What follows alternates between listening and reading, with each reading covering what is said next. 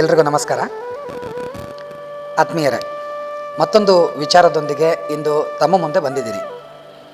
ನಮ್ಮ ದೇಶದಲ್ಲಿ ಯಾವುದೇ ಒಳ್ಳೆ ಕೆಲಸ ಮಾಡಬೇಕು ಅಂತಂದರೆ ಕಾಲವನ್ನು ನೋಡ್ತೀವಿ. ಆ ಘಳಿಗೆಯನ್ನು ನೋಡುವ ಸಂದರ್ಭದಲ್ಲಿ 3 ರೀತಿಯ ಕಾಲಗಳನ್ನು ನೋಡ್ತೇವೆ. ಒಂದು ರಾಹುಕಾಲ, ಇನ್ನೊಂದು ಯಮಗಂಡ ಕಾಲ, ಇನ್ನೊಂದು ಗುಳಿಕಾಲ. ಸಾಮಾನ್ಯವಾಗಿ ರಾಹುಕಾಲದಲ್ಲಿ ಯಾವುದೇ ಶುಭ ಕಾರ್ಯಗಳನ್ನು ಮಾಡೋದಿಲ್ಲ. ಹಾಗಾದರೆ ಆ ರಾಹುಕಾಲವನ್ನು ಕಂಡುಹಿಡಿಯೋದು ಹೇಗೆ? ಇದೊಂದು ಪ್ರಶ್ನೆ ನಮಗೆ ಉದ್ಭವ ಆಗುತ್ತಲ್ವ. ಇದಕ್ಕೆ ಉತ್ತರವನ್ನು ಕೊಡುವಂತಹ ಪ್ರಯತ್ನವನ್ನು ಈ ವಿಡಿಯೋದಲ್ಲಿ ಮಾಡ್ತಾ ಇದ್ದೀನಿ.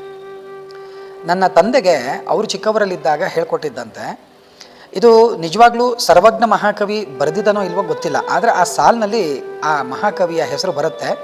ಅವ್ರು ಬರೆದಿದ್ದಾರೋ ಬರೆದಿಲ್ವೋ ಅವ್ರಿಗೊಂದು ರೆಸ್ಪೆಕ್ಟ್ ಕೊಟ್ಟಂಗೆ ಆಗುತ್ತೆ. ಆ ಸಾಲಿನಲ್ಲಿ ಅವ್ರ ಹೆಸರು ಬರುತ್ತೆ. ಒಂದು 2-3 ಸಾಲುಗಳ ಒಂದು ಈ ಶ್ಲೋಕ ನಮಗೆ ರಾಹುಕಾಲವನ್ನು ಗೊತ್ತು ಮಾಡಿಕೊಡುತ್ತೆ. ಎಂಥೆಂಥದೋ ಕಂಠಪಾಠವನ್ನು ಮಾಡ್ತೀವಿ. ಈ 3 ಸಾಲನ್ನು ಕಂಠಪಾಠ ಮಾಡಿಕೊಂಡ್ರೆ ನಿಜವಾಗ್ಲೂ ನಮ್ಗೆ ಒಳ್ಳೆಯದಾಗತ್ತೆ.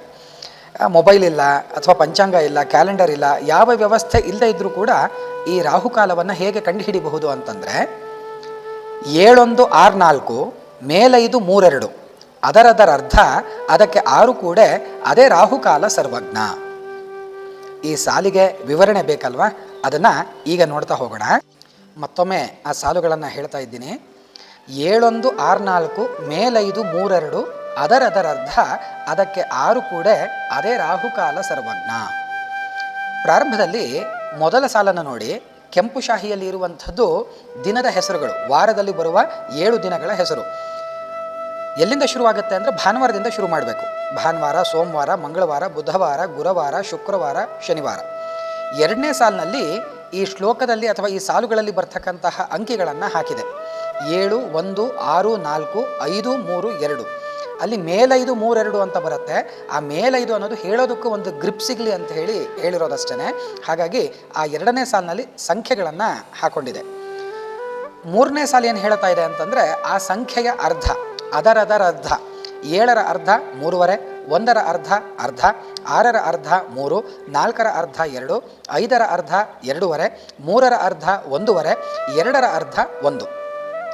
3ನೇ ಸಾಲಲ್ಲಿ ಅದಕ್ಕೆ 6 ಕೂಡ, ಅಂದರೆ 6 ಅನ್ನುವಂತಹ ಸಂಖ್ಯೆಯನ್ನು ಈ ಮೇಲಿನ 2 ಸಾಲುಗಳಿಗೆ ಕೂಡ್ಕೊಳ್ಬೇಕು. ಹಾಗಾಗಿ ಎಲ್ಲ ಸಾಲುಗಳಲ್ಲೂ ಕೂಡ 6ಅನ್ನು ಬರ್ಕೊಂಡಿದ್ದೀನಿ.